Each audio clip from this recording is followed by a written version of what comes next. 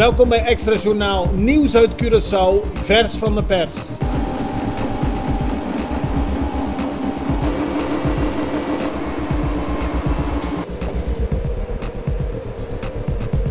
En dit is het nieuws van vandaag.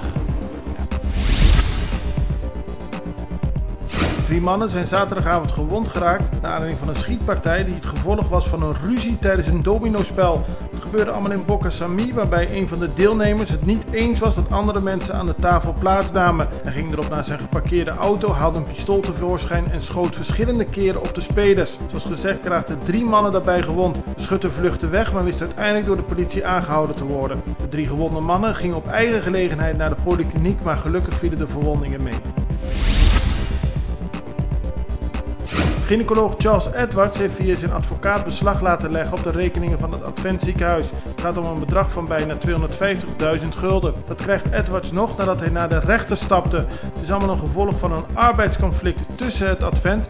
De rechter heeft aangegeven dat Edwards nog een groot bedrag krijgt, maar volgens de gynaecoloog komt het ziekenhuis niet over de brug.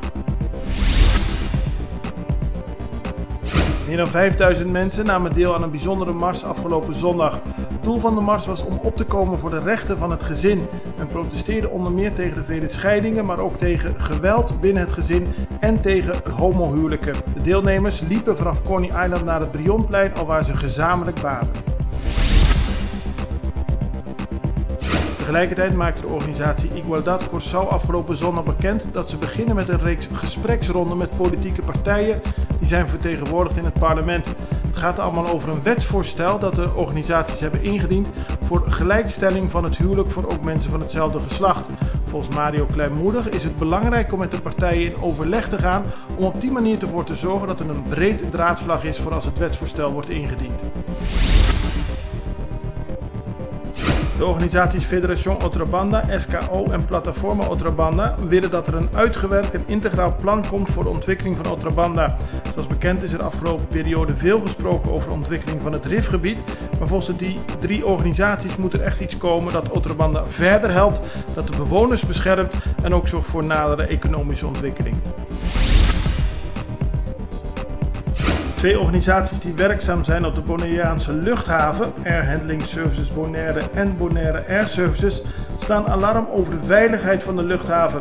Volgens hem is er sprake van bestuurlijke chaos van de luchthaven. Via hun advocaat Lex González vragen ze het bestuurscollege om in te grijpen. De Curaçaose honkballer Andrelton Simmons heeft zijn 4e Gold Glove gewonnen voor de beste verdedigende korte stop. Na 2 Gold Gloves bij de Braves in de National League heeft hij er nu ook 2 in de American League. Simmons speelt momenteel bij de Anaheim Angels.